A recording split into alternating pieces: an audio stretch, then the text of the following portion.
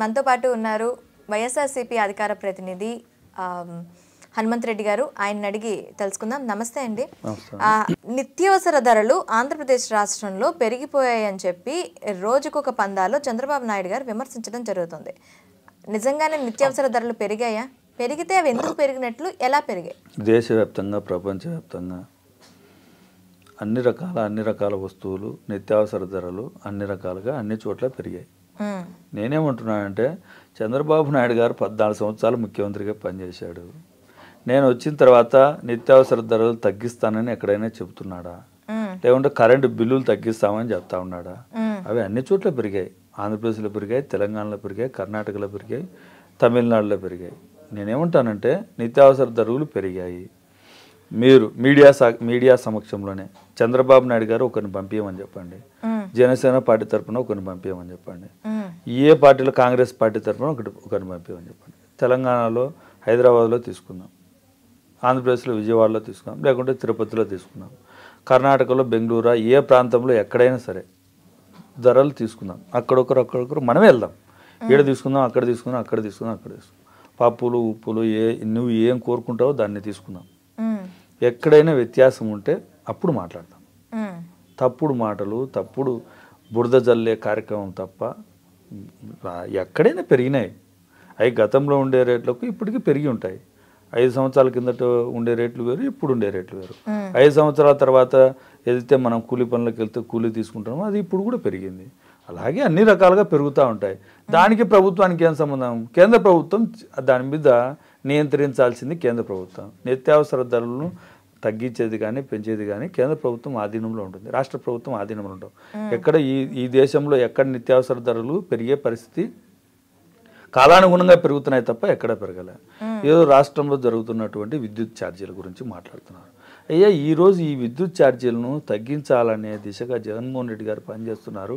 విద్యుత్ రిఫార్మ్స్ తీసుకొస్తున్నారు. విద్యుత్ వ్యవస్థను నష్టాల బాట నుంచి లాభాల బాటలోకి తీసుకొస్తున్నారు జగన్మోహన్ రెడ్డి గారు. అంటే జగన్మోహన్ రెడ్డి గారు తీసుకున్న చర్యల పట్ల గతంలో 2014 నుంచి 2019 వరకు ఏదైతే నువ్వు పీపీఎల్ కుదుర్చుకున్నావో, రాష్ట్ర వ్యాప్తంగా ఏదైతే పీపీఎల్ కుదుర్చో అవన్నీ నువ్వు ఏదైతే పెత్తందారులకు కొంతమంది ప్రైవేటు సంస్థలకు 25 సంవత్సరాలకు డబ్బులు ఎక్కువ పెంచి ఏదైతే చేశావో అదంతా తప్పు అని జగన్మోహన్ రెడ్డి గారి ప్రభుత్వం వచ్చిన వెంటనే దాని మీద చర్యలు తీసుకుంటే కోర్టుకు వెళ్ళి కోర్టులో స్టేలు తీసుకొచ్చింది చంద్రబాబు నాయుడు గారు. అవునా కాదా? చంద్రబాబు నాయుడు గారిని ప్రజలు ప్రశ్నించాలి కంపల్సరిగా. ఎందుకంటే ఆ రోజు ఈ రాష్ట్రం మీద ప్రభుత్వం మీద భారం పడుతూ ఉంది. విద్యుత్ ప్రైవేటు సంస్థలకు ఏదైతే నువ్వు ఒప్పందం కుదుర్చుకున్నావు అవన్నీ ఎక్కువ ధరకు కుదుర్చుకున్నావు, దాన్ని తగ్గించాలని జగన్మోహన్ రెడ్డి గారు ప్రయత్నం చేశారు. దాన్ని కోర్టుకెళ్ళింది చంద్రబాబు నాయుడు గారు. ఆ తర్వాత ఏదైతే రాత్రిపూట విద్యుత్తును ఇతర రాష్ట్రాల నుంచి కొనుక్కోవాల్సిన పరిస్థితి మన దగ్గర ఆంధ్రప్రదేశ్లో ఉంది. పగటిపూట విద్యుత్తును రైతులకు 9 గంటల విద్యుత్ అందిస్తూ ఉండేది జగన్మోహన్ రెడ్డి గారు. నాణ్యమైన విద్యుత్ అందిస్తూ ఉండేది జగన్మోహన్ రెడ్డి గారు. ఏదైతే పగటిపూట ఇప్పుడు ఈ వాటర్ను తీసుకొని కొండ మీద ఒక పెద్ద పాండ్ కట్టి అక్కడ నిల్వ చేసి పగటిపూట కింద ఉండే వాటర్ను పైకి పంపుడు స్టోరేజ్ విద్యుత్ ప్రాజెక్టులను కొత్తగా తీసుకొస్తా ఉండేది జగన్మోహన్ రెడ్డి గారు. ఏదైతే కర్నూలులో 44,000 కోట్ల రూపాయలతో విద్యుత్ ప్రాజెక్టులు కడతా ఉండేది జగన్మోహన్ రెడ్డి గారు. ఇవన్నీ విద్యుత్తుల రిఫార్మ్స్ తీసుకొని వచ్చి ఆ వాటర్ను ఏదైతే సోలార్ నుంచి వచ్చే విద్యుత్పత్తి ఏదైతే పగటిపూట 2.5 నుంచి 3 రూపాయల్లో వచ్చే విద్యుత్తును వాళ్ళే ఆ పంపుడు స్టోరేజ్ ద్వారా పైన నిల్వ చేసి రాత్రిపూట ఏదైతే ఈవినింగ్ అయిన తర్వాత ఎప్పుడైతే మనకు అవసరం ఉంటుందో అప్పుడు ఆ కరెంటును ఉత్పత్తి చేసేదిగా టర్బైన్లు కట్టి ఒక కొత్తగా ప్రాజెక్టులు తీసుకొస్తానే జగన్మోహన్ రెడ్డి గారు. ఈరోజు జగన్మోహన్ రెడ్డి గారు తీసుకున్న విద్యుత్ ప్రాజెక్టుల పట్ల రేపు రాబోయే కాలంలో విద్యుత్ ధరలు పెరగకుండా ఒక నిర్ణయం తీసుకున్నారు. పెరగకుండా రాష్ట్రానికి ఆదాయం కలిగించే దిశగా జగన్మోహన్ రెడ్డి గారు పనిచేస్తూ ఉన్నారు. నువ్వు చేసినవి ఏంటో చెప్పమంటా ఉన్నా.